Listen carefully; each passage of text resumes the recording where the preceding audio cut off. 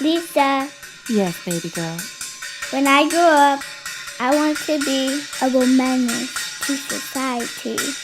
Then so shall you be.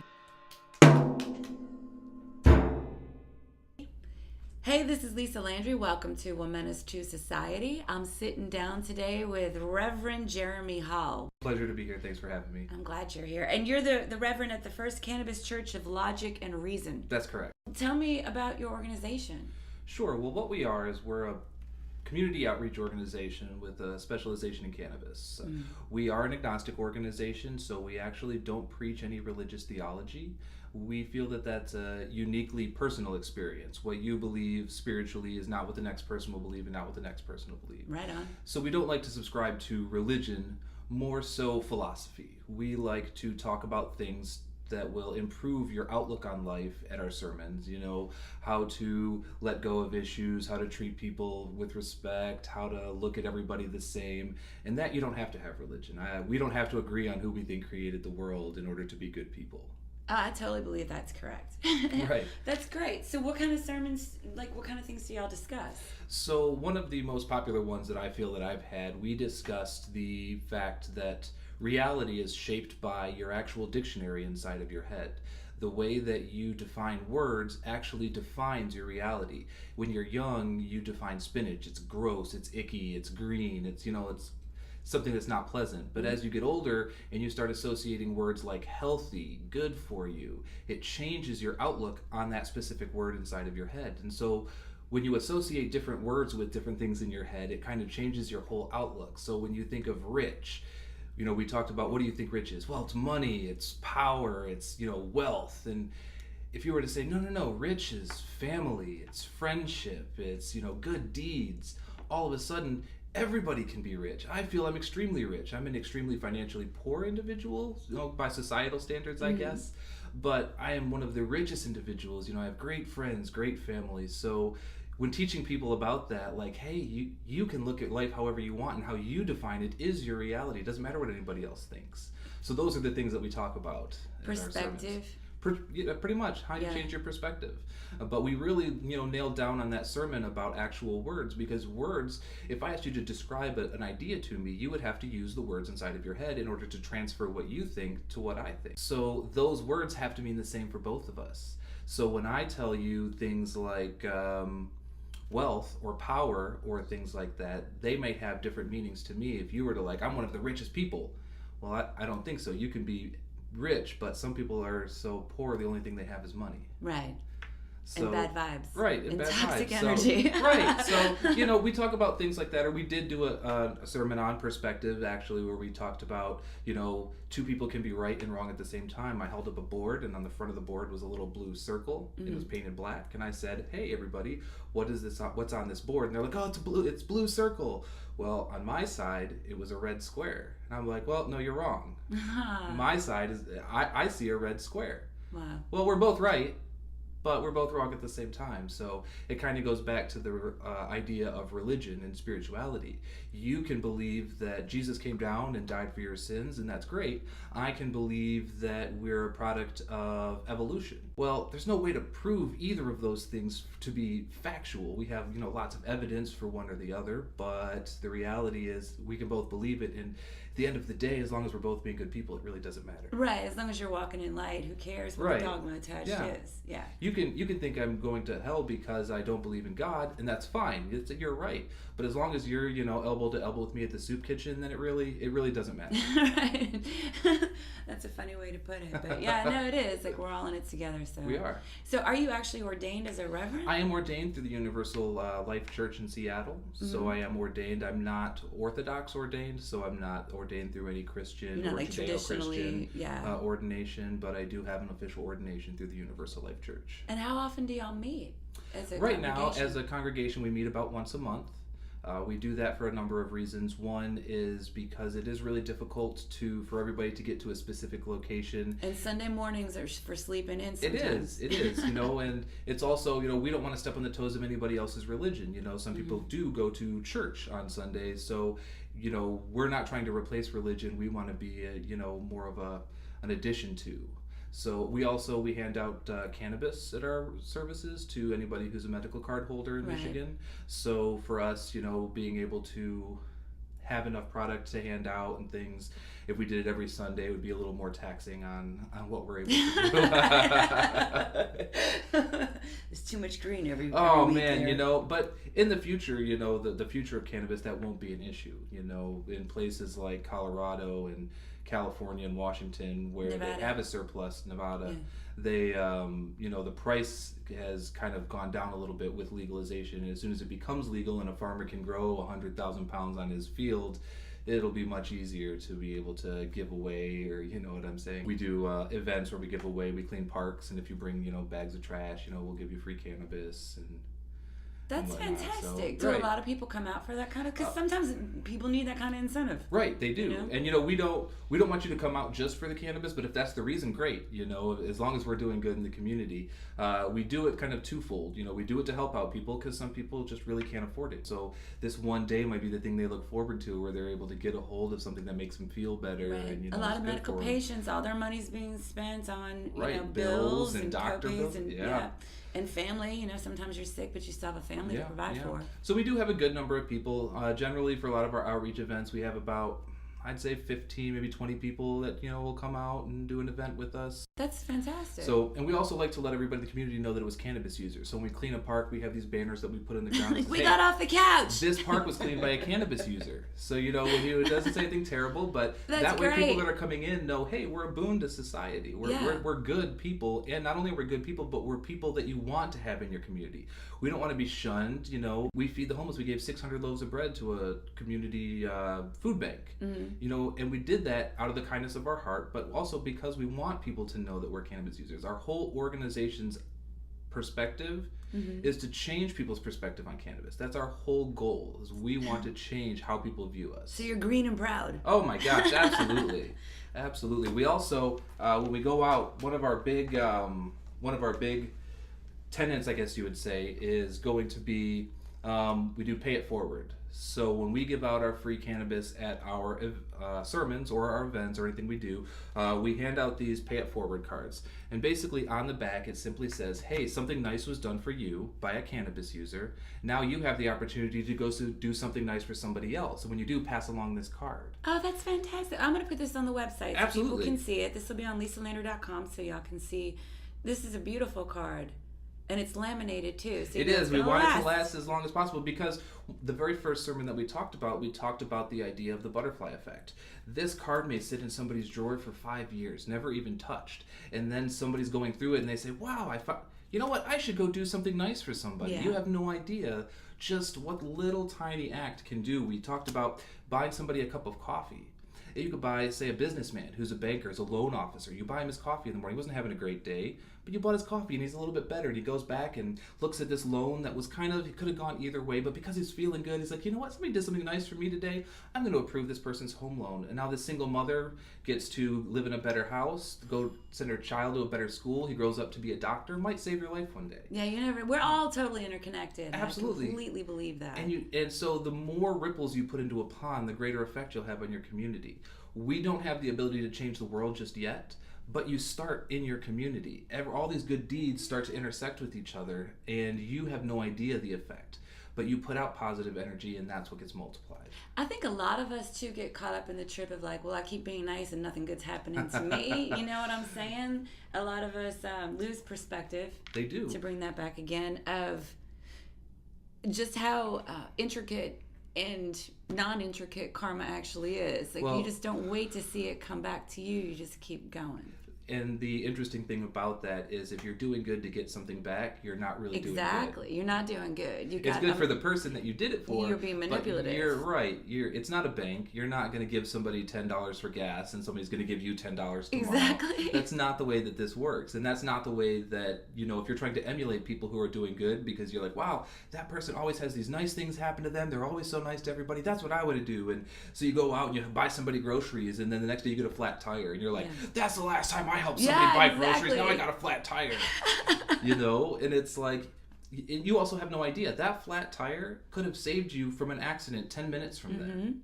So you're buying groceries and the universe flattened your tire to keep you from getting in an auto accident. You have to learn, like you said, to look at it in that perspective. Yeah. My wife recently had her car break down on the way to an event, and she was stopped for a minute and had to shut down the car, and headlights went out, and then sat for a minute, turned them back on, and was able to keep going. So it only put her out maybe 10, 15 minutes of her time.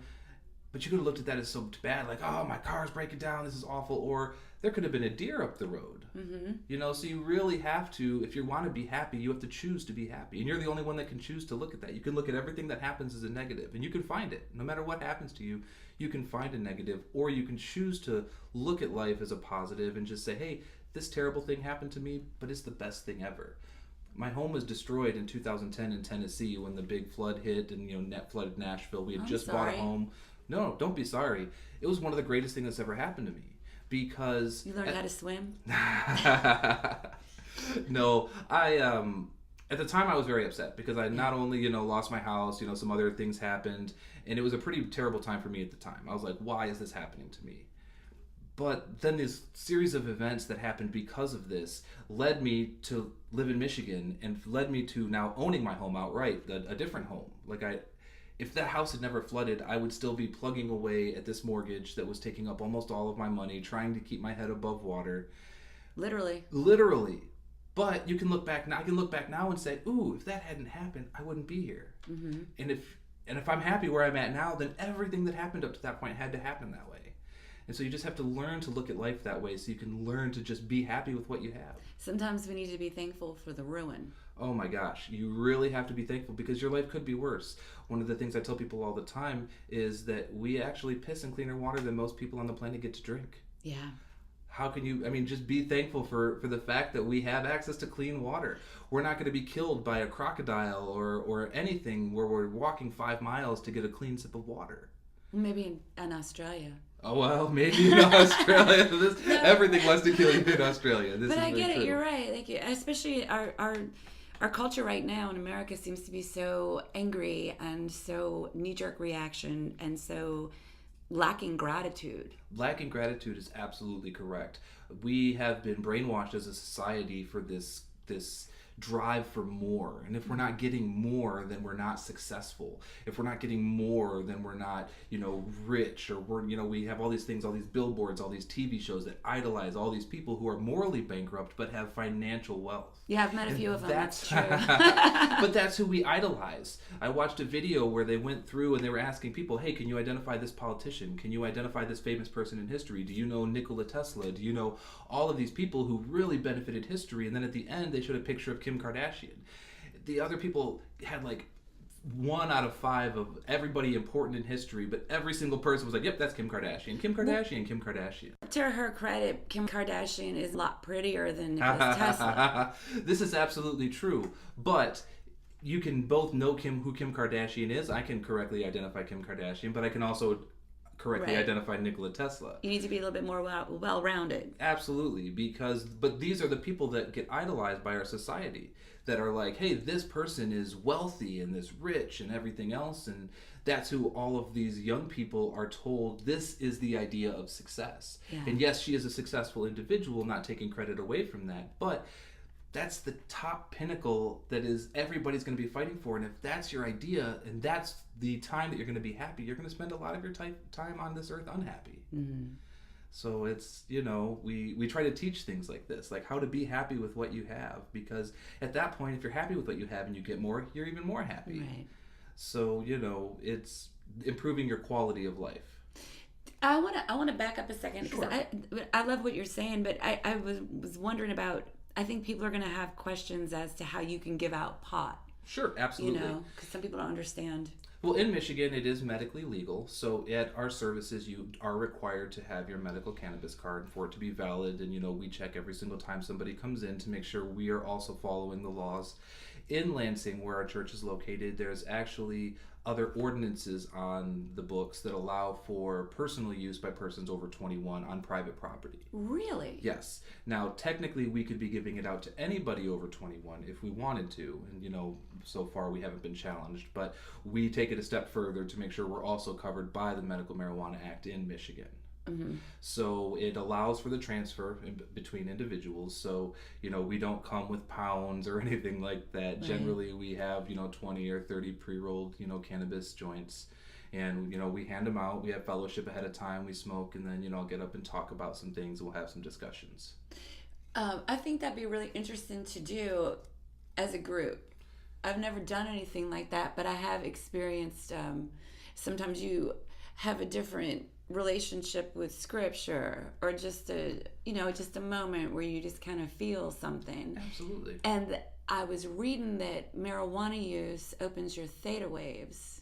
Do you think that's part of it? I do. What I mostly enjoy about the use of cannabis before our sermons is that I believe cannabis helps break down preconceived notions. Like when you use it, and then all of a sudden the things you thought were, this is 100% true and nobody's ever going to change my thoughts on this, and this is what I believe. Once you use cannabis, you become much more open to other people's ideas, and you say, you know what, I believe this, but this person is saying some things that make sense too. Maybe I should be more open to listen to what they're saying. And I also feel it brings people together as a social group. It is a very social experience. We say everybody in the circle is family.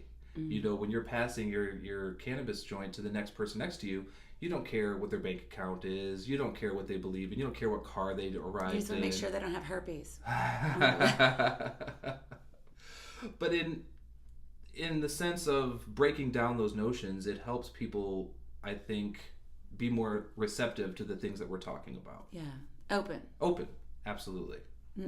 And how are the laws in Michigan as compared to other states? I was talking to somebody who's trying to end the pot prohibition in Arizona a few weeks ago.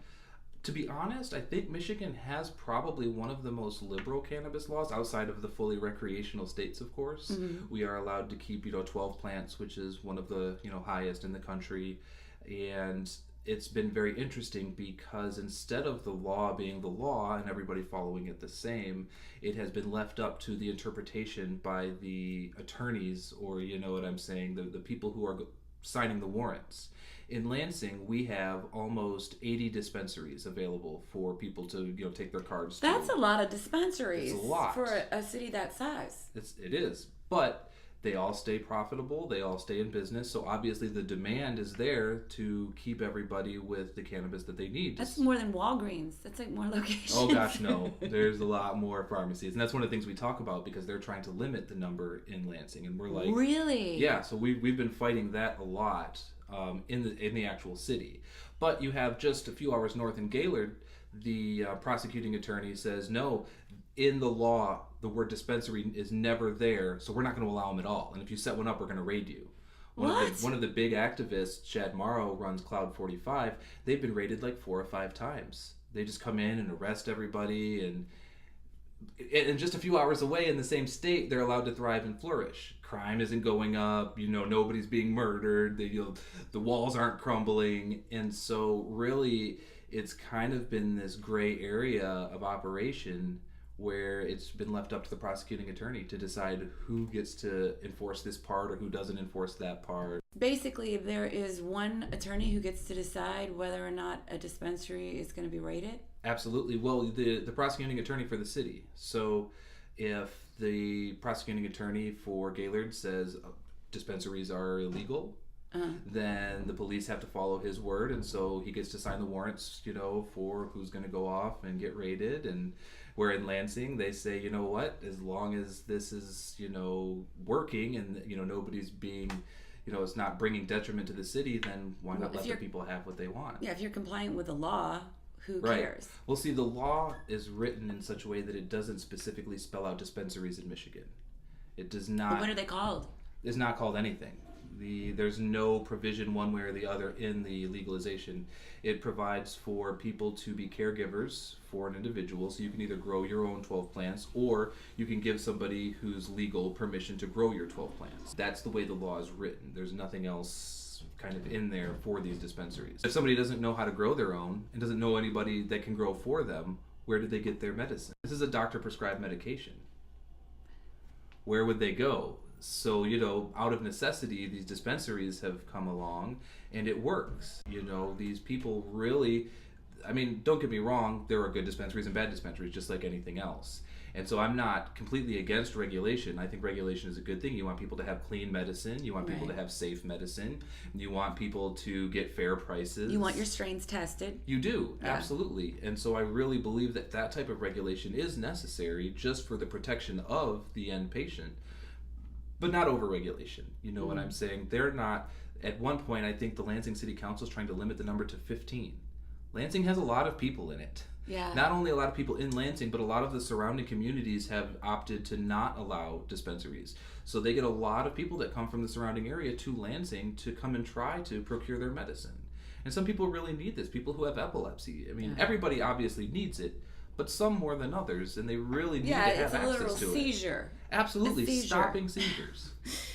Wow, that blows my mind. And the people who are trying to roll these dispensary numbers back, is it the police organizations? They do whisper in the ear of the council a lot. They talk about how dangerous it is, and they even say things like cannabis deaths have risen. And what's a cannabis death? No, it's impossible. That's fake news? It is fake news. There's no way. You cannot consume enough cannabis to become toxic and die. It is impossible. But that's what I'm saying. Like it obviously can't be an overdose. Are they trying to actually say it's an overdose, yes, or like an that people have died. That people have died strictly from the consumption. Yes. You've got to be freaking kidding me. I am not. And do people even think that's valid? Well, the people who know nothing about cannabis do. I mean, if you don't know the science behind cannabis and you're watching the news and they tell you that somebody's died from it, you've been told your whole life it's a hard drug, you wouldn't believe anything else. You would say, oh yeah, people die from it all the time. But you wouldn't know. I mean, the only way you're going to die from cannabis is if a bale falls out of a plane and hits you on the head, or it's... People are dying from overdosing on heroin. And those same people that are driving, that are raiding these dispensaries, they're cutting deals with heroin dealers. You get popped for heroin, and they say, hey, do you have your medical marijuana card? You do? That's great. We'll let you off on your heroin charge if you go do a buy at this dispensary and then rat them out in court. So we're prioritizing cannabis over heroin, even though heroin is killing people by the dozens a day, and cannabis has never killed anybody in the history of its existence. Well, why would somebody want to do something so evil? Because cannabis is more prevalent, which increases revenue by arrest numbers, and to the police officers, whether they solve a homicide or they arrest somebody for a dime bag of cannabis, it's considered an arrest. Oh, it's quota. It is. Because they get paid by the number of arrests they make. Mm-hmm. Not the actual officer, but the department. So if you have 1,000 arrests this year, you get paid for those 1,000 arrests, whether 5 of them were for murder and 995 of them were for cannabis. It doesn't matter to the federal government or to the state, budget. You get paid for those 1,000 arrests. So that's why there's so many child molesters and rapists running around. They don't care. The cops are going after people smoking dope. Absolutely. Because it's easy. Because everybody has it, everybody does it, and it's easy prey, easy money for the state. Yeah. That's pretty bleak. It is, and it's one of the things that's why we're fighting as an organization. We want people in the community to know that cannabis is good and it's normal. The more normal cannabis becomes within a community, the more likely the people are to vote in favor of legalization, the more likely they are to have conversations within their circles, either family or friend circles, about the positive things. Hey, this guy at the store today bought my groceries and he handed me this cannabis card. Can you believe that? Oh my gosh, that really happened?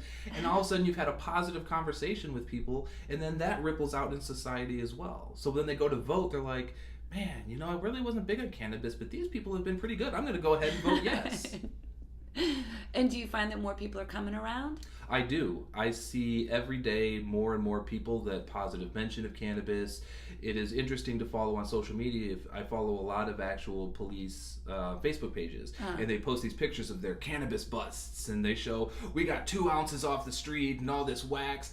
And then every comment underneath is just blasting them for I feel so much safer, you took a plant away. And so, I believe as a society, we are becoming much more normalized to the idea of cannabis.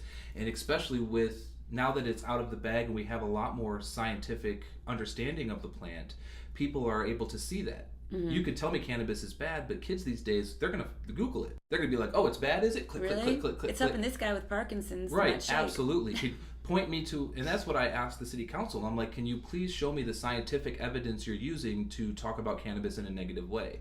Can you show me one peer-reviewed scientific article that shows a negative impact of cannabis? As a matter of fact, in Chicago, they shut down a bunch of the dispensaries and crime went up. Yeah.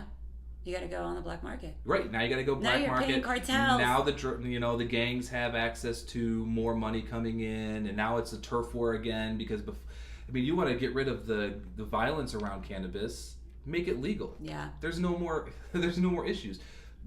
Portugal, one of the countries that Portugal and Uruguay, I believe, they legalized cannabis, completely legal. Not only just cannabis, but they legalized all drugs. And their crime rate went down huge, over 20%. They found that drug use actually went down because it became legal. They treat addiction as a health issue instead of a criminal issue, and it is, absolutely. And so we have all of these proofs of concept when we talk about legalization being better for society, and yet we're still enforcing this drug war. We have Jeff Sessions trying to ramp up this drug war on cannabis. I don't understand what he's thinking. Cause money. It's the big private prison. Private prisons right. and the cops. Absolutely. And the lawyers. Absolutely. Let's not leave out those evildoers. Yep. So it's big business. Well, that just kind of is totally contradictory to most Americans, because I think we're polling now for like pot prohibition at 60% as a nation. Absolutely, over 60. I think Maybe last was at 65 or 70%, and a lot of polls are polling at almost 80 or 90%. Yeah, so this is like a purple issue because it's not red or blue. It is not. We're absolutely. all here together. Even the conservatives are getting on board with cannabis on the financial front of it. This is a huge boon to states that have legalized cannabis. Colorado has given $30 million into the school system, and places that are legalizing have more, like Michigan is right now working on a legalization effort. Okay. And our legalization effort is going to put 35% of all tax revenue collected toward our roads. I'm not sure if you've ever driven in Michigan. Oh, yes, I have done that, yes. I'd be terrible. a fan if y'all fixed that. You can get right? on that quickly. Absolutely, but 35% of all tax revenue has to go to our roads. That's a lot of money. That's a huge amount of money. That's jobs, that's safer highways for your kids. You're going to save time. Absolutely, fixing unemployment. And then the other 35% that we have goes to our schools. So maybe we can stop forcing teachers to buy their own school supplies, That'd be cool. Also, y'all could do something about that water. We could do something about that water. Like, absolutely. So we have all of this potential economic stimulus and growth that is associated with cannabis legalization, but we're still worrying about arrest numbers, and we're still worrying about putting people in jail and ruining people's lives as opposed to fixing society. Well, that's only till the Civil War comes. It is coming. Yeah, it feels like it, doesn't it? Because our government is in direct opposition to the will of the people. Complete. We tried legalization in 2016, and our government rewrote the law so that our ballot initiative was invalid. Okay, this happened in Michigan? It happened in Michigan. So we had a 2016 push for legalization, completely grassroots, run by volunteers, and no huge big money donors, no tobacco involved, no anything. It was literally just the cannabis users, and we had a great team, and we really worked with MI Legalize was the name of the grassroots movement. And we had a 180-day window in which to collect signatures, but the law stated anything outside of that just had to be validated. How do you do that? You go to the city clerk and you validate each person is still a registered voter. Okay. And so we were going to take our big 180-day window and then just validate everything outside of it. No big deal. Well, as soon as they found out we were on track, the government stepped in and changed the law in an emergency session so that it had to be a strict 180-day window and everything else was invalid, no matter what. Right as you were at the finish line, right you hit we were your ready. Goal. How many signatures did you have? We had to collect 253,000 signatures. In how much time? In 180 days was the window, but we took a full year because we were just going to validate anything up to that amount. We were going to go ahead and do that.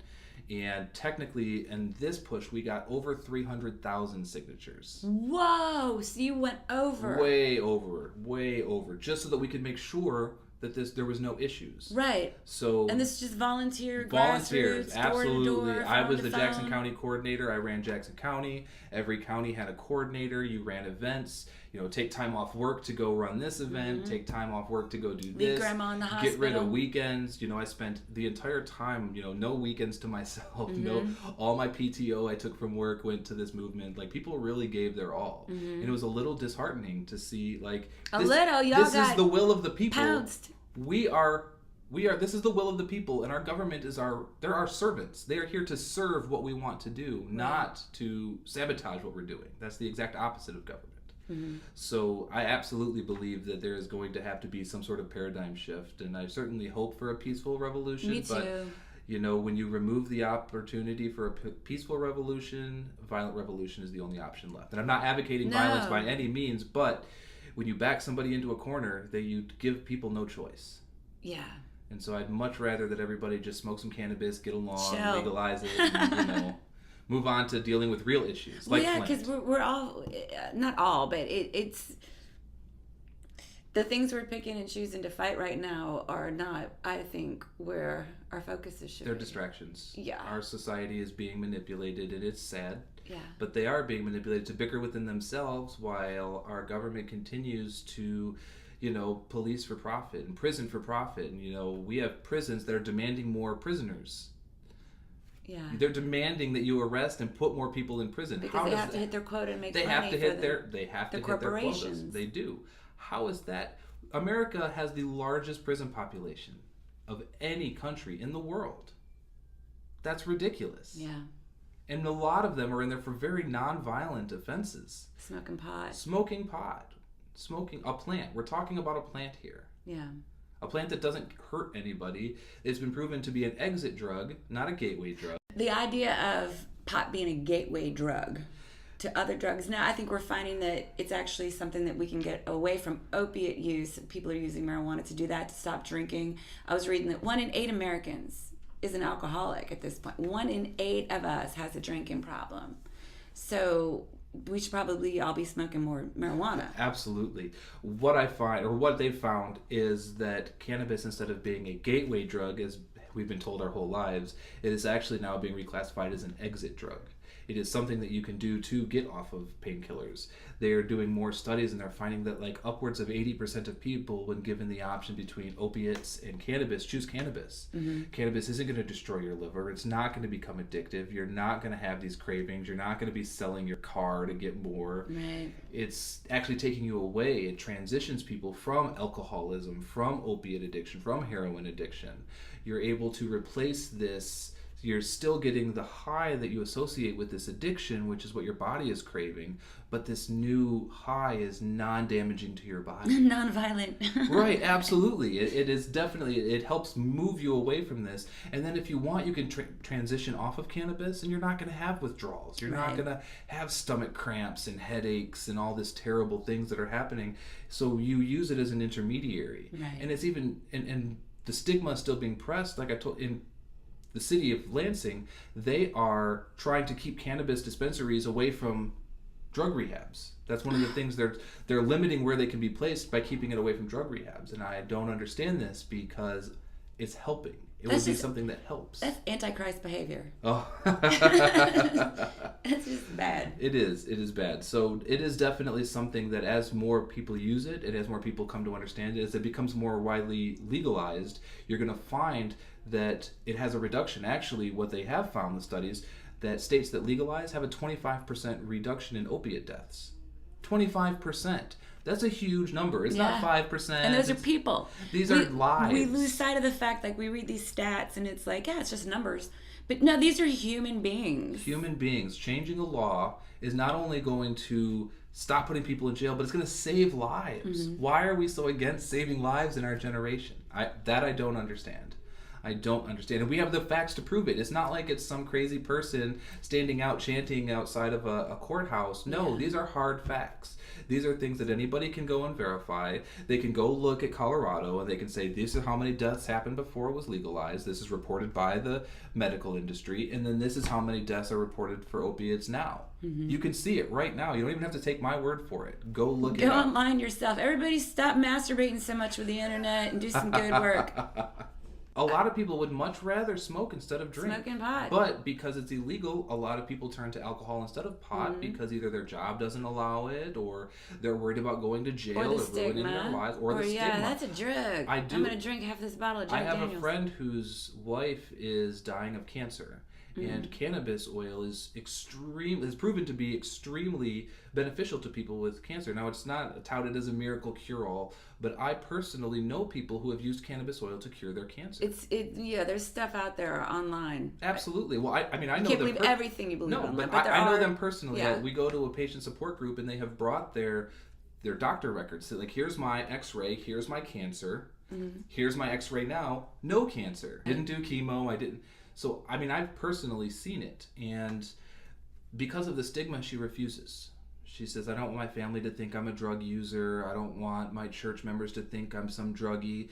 So I would rather perish than use this cannabis oil and save my life. That's horrible. It is absolutely horrible. Now, don't get me wrong. I believe in freedom, so that is absolutely her decision, and you have to respect it. I'm more angry at society and more angry at the people in power who have created that stigma for her to even think that. For her to think that she'd much rather die than be associated with a miraculous plant. Well, maybe she thinks too the chemo alone will work, or I'm not sure. Maybe she doesn't want to be here no more. That is also possible. She might want her exit strategy. That is also possible, but it just breaks my heart to that's horrible. To have to hear those kind of decisions when I know that it could be so beneficial. It could be. You never know. I mean, it very well could be. We'll know more in the next few decades. We sure will. And as we get more and more toward legalization, we get more and more opportunities for scientific research, more peer review. As soon as it becomes, federally legal, it opens up to all the hospitals and universities to do all these tests. Unfortunately, because we are dragging out our prohibition, other countries are leaving us in the dust. Places like Israel are 10 to 20 years ahead of us Israel's in research. Doing some great research right now, medicines. And so I feel that we have a great green belt for this. Our climate for cannabis is huge. I honestly believe it could be one of our cash crops, but not only cannabis. The other thing that we fight for in this legalization is its cousin, hemp. Yeah. Like, hemp has the ability to revolutionize the entire world. We can make everything you can imagine out of hemp. You can make an entire car out of hemp, and hemp's biodegradable. Right. All plastics can be made out of hemp, so we could stop filling up our landfills. Hemp will biodegrade in like 90 days. Not 200 years for plastic. Mm-hmm. You can make all of our rope, all of our clothing, biodiesel. You can make gasoline out of hemp. You can grow a field of gasoline if you wanted, out of hemp. It's there you go. That's why we can't have it. A lot of people don't even realize that the only reason cannabis is illegal is because of those industries. Back when we made it illegal, it was because of the paper holdings. When they found out that you could make paper and paper products out of hemp, it grows faster. Mm-hmm. 1 acre of trees is equivalent to 4 acres of hemp. And I can grow my 4 acres of hemp once, even twice a season. Mm-hmm. So they said, we can't lose all of our lumber holdings and all of this, so we're going to go ahead and make cannabis illegal, and by default, that will make hemp illegal. Henry Ford made a car out of hemp and was going to fuel it with hemp. I didn't know that. So because of that, all of the steel industry was like, hey, we can't have this. So they all banded together, and they said, hey, we're going to make it illegal. So we make hemp illegal. Now all of a sudden, all these other industries flourish. And then later on, Nixon decided, hey, we need to find a way to get rid of the hippies, and we need to find a way to target minorities. How can we do this? Oh, well, everybody's using this cannabis, even though it's illegal, but nobody cared because they only cared that it wasn't hemp. Wow. So now they said, hey, we have this vector. We can make it. It's already on the books. Let's enforce this. Mm-hmm. And now we have the drug war that we have today. So the only reason cannabis is illegal as Schedule 1 is because of the greed of the industries. All of them combined. I always thought it was the plastics industry. That's what I always heard. Plastics, but more the fuel, steel, and lumber industries. Well, yeah, when you blow it up that big, it's like, well, no wonder we're having all this issue. Yeah, the Constitution is written on hemp. I mean, let's be honest here. It is so. That's actually. And they were probably smoking dope. The founding fathers, absolutely, for all their good and bad qualities. Absolutely. Their minds were open to possibilities. Cannabis and hemp has actually been a staple of our diet for almost the entirety of human history. We used to feed it to our cows, feed it to our chickens. Hemp is high in omega-3 fatty acids, great for beef. It is fantastic. Fed to our chickens. So one of the components of cannabis is a chemical or compound called CBD, a cannabinol.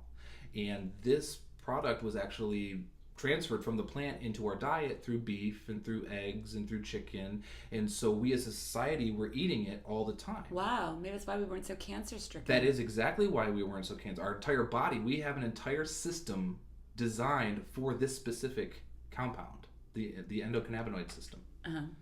Because of this, we were much healthier, lower rates of autism, lower rates of cancer, lower rates of heart disease, all of this.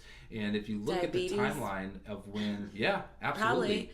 When you look at the timeline of when we really started removing it from everything and when we really started cracking down on drug use, people weren't getting it anymore. It correlates, and don't get me wrong, one of the things we preach is science, so correlation does not indicate causation, Right. but it is a strong indicator that we should look closely. Right. So when you start looking at when we took this out of the diet of society, and then the rise of all these diseases and cancer and autism, it correlates. So now we're getting to the point where if we can start reintroducing this into our diet, farmers can start using hemp for feeding their cows and chickens and everything, we're going to start improving the overall health of society. And we have to do that. We, on the front lines, have to be the people pushing for this, or it's not going to happen. It's not going to happen if it doesn't keep getting No, because brought everybody, even on here, what it says on our card is everybody always thinks somebody else will do it. Somebody else will step up. Well, we are all somebody else. And a lot of people who've been stepping up have been doing this for years. They do have those heartbreaking experiences like you had, where you get above your goal of just American citizens living in Michigan who are like, yeah, let's do this. And then you all get thrown out at the very last minute. And then you have to get back up, put on your big boy pants, and go back out there and keep this up year after year. So get involved, because... Oh my gosh, get involved any way you can. It takes because a stone village. It's disheartening for us as well. In Lansing, I told you about the city council trying to undermine all of the dispensaries and everything. And I personally went to all these dispensaries and said, hey, here's the dates for these meetings. We need people. Yeah, you got to show up. You got bodies. This is your livelihood. This is where you make your money, how you feed your family, how you do everything. And it's in jeopardy. They are trying to take it away from you. And 3 people show up. Are you kidding me? No, 3 or 4 people show up to these meetings where all the retired, like, old biddies that are really upset about cannabis in their community, they have all this time in the world. Well, they hold these meetings at, 3:30 in the middle of the day. People are working. And so only the really people who aren't working, or retirees and things, they get to go to these meetings and tell the community how terrible it is. And I don't want this. Unfortunately, they don't know the reality. They don't. They think they're doing good. I want to ask them all the time, where are you getting your information? I ask people all the time that people tell me how bad it is. I'm like, show it to me. And what do they say to you? Give me some things you've heard, please. So some things, the pushback that I hear is that, well, obviously it's illegal. And if it's illegal, they wouldn't make something illegal that's good for you. That doesn't. I trust the government completely. I trust the government. If it was good, I That's would have very heard about un-American. it on the news. That's just an unpatriotic attitude. Trust in this government. Absolutely. Love the country, but you hear things like, I had a gentleman. Me and my children were out petitioning, and he walked up to us and was like, "I can't believe you're doing this. My son's in rehab because of this, and you're out here peddling it on the streets." What? And I said, "Your son's in rehab for cannabis use?" He's like, "Well, for drug use, and it's all the same." Oh gosh. Because that's what they. I can't even really be mad at some people because it's what they were told their whole lives. Yeah. They have no idea, and they're not even open to the idea that they could be wrong. I believe it was Mark Twain that said it's easier to fool people than to convince them that they've been fooled. Yeah, it's ego. It is 100. We actually did a sermon on ego because you have to understand this. Oh, ego's the devil. You can be wrong, and it's okay to be wrong. That's one of the reasons we preach science so much, is because in the science community, you can change your opinion based on new evidence. And that's what we want you to do. If somebody came to me tomorrow with a scientifically proven, peer-reviewed article about the dangers of cannabis, and I could go in and look at their research and say, hey, if kids under 18 use this, they develop this disease later on, I would be all about, well, hey, you know what? Nobody under 18 outside of, strict medical use should ever have cannabis. That would be my hard stance, because I have seen science that proves it. But until I see that science, I'm going to go with the science that says that it's beneficial, because I can look at these papers. There's hundreds, if not thousands, of articles online that have been peer-reviewed, duplicated results that show cannabis to be beneficial. Cannabis and all the chemicals and constituent components inside affect over 100 different cellular functions within your body, benefiting insulin production, benefiting, and it's going to sound very counterproductive, asthma. They have cannabis inhalers for asthma, because asthma is an inflammation of the cell walls within your throat. Cannabis, especially CBD, actually reduces inflammation. So you can use this to reduce asthma. And I don't think people understand that you can just use the oils. You don't have to get you high. You don't need the THC component absolutely. to get these benefits. CBD is great for things like inflammation, irritable bowel. You can take 1,000 milligrams of CBD and you're not going to get high. You can still function, drive a car, but they don't understand these things. They don't know that. A lot of people don't realize the benefits of actual ingestion, because most of the medical benefits that you get from cannabis are through ingestion, not through smoking. Also from topicals. A lot of people who are afflicted with things like skin diseases or things, you can go ahead and get topicals and rub it right in your skin. You don't get high that way. You're not going to absorb enough to have any effects, but it really has an effect on your skin, reducing things. People who have skin cancer, you can go online and see all these before and after pictures of people who have shown these lumps and lesions, and within 30 days it's cleared up, and doctors are like, it's impossible. Well, it's not impossible, because I've seen it happen. Wow. Can you explain to me the difference between ingestion and smoking? Absolutely. The ingestion is going to be much more medically relevant than inhaling the smoke. The smoke is definitely beneficial for things like psychological, calming effects, and you do get some of the medicine within your body.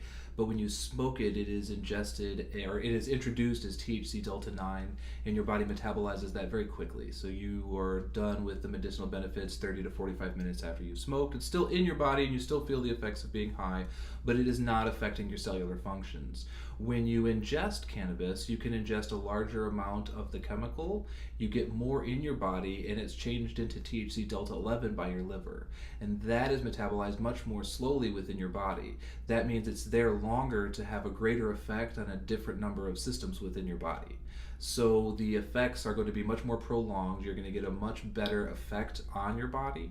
And because it's in there longer, it has the ability to affect things like tumor growth. It has the ability to affect things like cancers and things, because it is there longer. It stays in your tissues? Correct, it does. It stays in your system and circulated, because the way that it's removed is your body develops metabolites, and these metabolites eat the chemical, and then it's disposed of out of your body. Whereas the THC delta 11 metabolites, it takes longer to build up those, and so because of that, they stay in their body longer. And it's a whole strew of chemicals that people don't even realize, that when you burn the plant, you're pretty much destroying a lot of the constituent chemicals that come along with THC, because it's not just THC in the plant. There are hundreds of chemicals that are in there. Right. Some of the big ones that we talked about, CBD, but there's lots of different ones, CBG, CBN, CBV, and they all have different effects on your body. So when you have different strains of cannabis that's prescribed, or you go to your dispensary and you're like, hey, I'm having trouble with this, a very good bud tender knows, okay, well, this strain right here has lots of this chemical in it that's going to help with your specific problem. Right. Or this oil was made with full plant extracts, such as rosin, where they press the chemicals out instead of burning or chemical extraction. They literally just press the bud until all of the actual liquids and chemicals are pushed out. And that's full plant, so that has the whole gambit of all the chemicals that are in there. And when you ingest that, you're getting not just the THC, but everything else that goes along with it. And what they're finding is that there's an effect called the entourage effect. The entourage effect is where all of these chemicals actually work in conjunction with one another. So one may bind to this receptor, but it makes it so that this one can bind even better. Wow. So now what you have when you have this full plant rosin, or full plant capsules or whatever, is this multiplying effect, kind of like throwing a stone into a pond and then you throw another one right after it, and those ripples kind of carry each other further. Same thing within your body. You have one chemical in there, just THC, that you get when you're smoking, because the flame destroys most of everything else. You're just getting THC.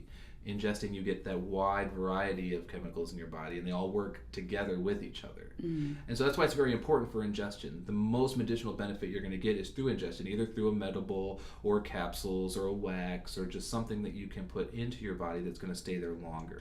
Well, what do you think about giving this information to those people that show up at your city council meetings with their tars and feathers? We tried. We really tried. There was a gentleman who was in a wheelchair who brought them a binder that was probably 10 pounds. I mean, it was huge. And he says, here is all of the medical research that shows the benefits of cannabis. And he handed it to the city council. And that city council, after we adjourned, walked up to that person, was talking to them and said, if it was up to me, we would have 0 dispensaries in this city. The person in the wheelchair looked them dead in the face and told them that. These are the people that are making decisions in our government. These are the kind of people that we have to replace, but we can't because we have a lack of people that want to show up. The only people that show up are the people that are very ill-informed. Yeah. The apathy, I think, is a product of our society, that the whole concept of somebody else will vote, I don't have to vote, or voting doesn't matter. We look at the last elections that we've had and all the suppression. Everybody worked their hardest, and we still failed at the end of the day because they have the power. Then what's the point? I mean, what's the point of continuing? And I understand that, don't get me wrong. If it happens again, I'm certainly going to be on the front lines to try and push it, but you get a lot of people that when that happens, they're not going to try again. And that's the whole point. That's the way the system is set up. Right, they do it to beat us They back. killed us in 2016, and they didn't expect us for 2018, but we have it. Our campaign now is very much on track. It's not as good as the 2016 because, unfortunately, we had to go to some very big donors. We had to go to some, big people. Unfortunately, Wild Bill Tobacco is part of our Michigan legalization campaign. It's money. It's going to pay for signatures. It's going to get on the ballot because of it. But they had to fight tooth and nail at this coalition to keep it from becoming monopolized. So it's kind of, that was the whole point. It wasn't going to make enough people money, so we had to sabotage it. Now enough people in the industry are going to make money, so we'll just go ahead and let it happen. So I'm very happy. Our 2018 is on track. We have gathered over 50% of the signatures, I believe, that we need so far, and we are only a couple months in, so we are definitely going to vote on it. I'm going to knock wood. Yeah, absolutely. Absolutely. But, it's still disheartening to try so hard and then have it ripped away from you. We actually have a group in Michigan that's called the Court Support Group, and they go to different cannabis-related court hearings. Oh, that's wonderful. So they get a group together, and they all go to this person's hearing or this person's hearing to show up and say, this is ridiculous. Obviously, they don't get any real court time, but they're there in support. We fill the courtrooms with pro-cannabis activists saying, we do not believe in this. We advise juries, obviously not the jury itself, but advise people of their right for jury nullification. We're really trying to push that idea. What does that mean? Jury nullification. As a juror, you have a right to find somebody not guilty because you find the law to be inapplicable or to be wrong. So if you think if you sit on a jury and they're guilty of cannabis trafficking, they're guilty by the definition of the law, but you don't agree with the law, you can still find that person not guilty. Baller law. It is a law, great. and nobody knows about it. Nobody knows about jury nullification. It used to be that the judge had to advise the jury of their right to do this, and then through law rewrites and everything else, there's actually a man in Michigan who is being sentenced for passing out jury nullification flyers. What? They call it jury tampering now. If you advise people of their rights to nullify a conviction, to say, no, we find this person not guilty, they consider you to be tampering with a jury by advising them of their rights. It is a right of a jury in every state, everywhere, that is allowed to find somebody not guilty if you do not agree with the law.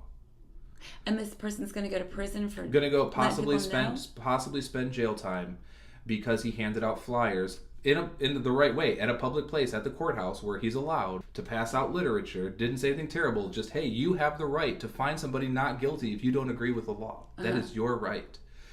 He was tried and convicted and waiting for sentencing. That's a false arrest. Was there more to it? Not that I'm aware of. Wow. I believe their reasoning is that this individual had court cases in the court, and so their reasoning was that they believed he was trying to tamper with the jury that was going to be arraigning on his case. Okay. Wow. So, but regardless, he has the right to advise juries of their rights. He didn't ask them to find him not guilty. Right. He didn't say, hey, find me not guilty. He said, you have the right to make a decision that if you don't like a law, to find that person not guilty. It is your right.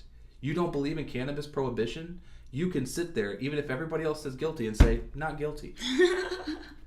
And I encourage people to do it all of the time because it has happened. It happened in Florida where a jury found a man not guilty of growing cannabis. Even though obviously he was growing cannabis on his property, he was using it for medical use, and the jury said, no, he's using it for medical use. We're going to find this man not guilty. And the more times that happens, the more times American citizens stand up and take control of the judicial system, the less likely they are going to be prosecuting people. Colorado has stopped, for the most part, prosecuting individuals for cannabis use because they cannot find a jury to convict people. That's fantastic. I like the fact that, too, a Florida jury did something decent. Right? It's kind of mind-blowing. Like, how do we not know about that jury? Doesn't happen all the time. Especially in that state. Because they no don't... disrespect to Florida. I got family there. I love them. I do. Florida's a fantastic place, but their jury is...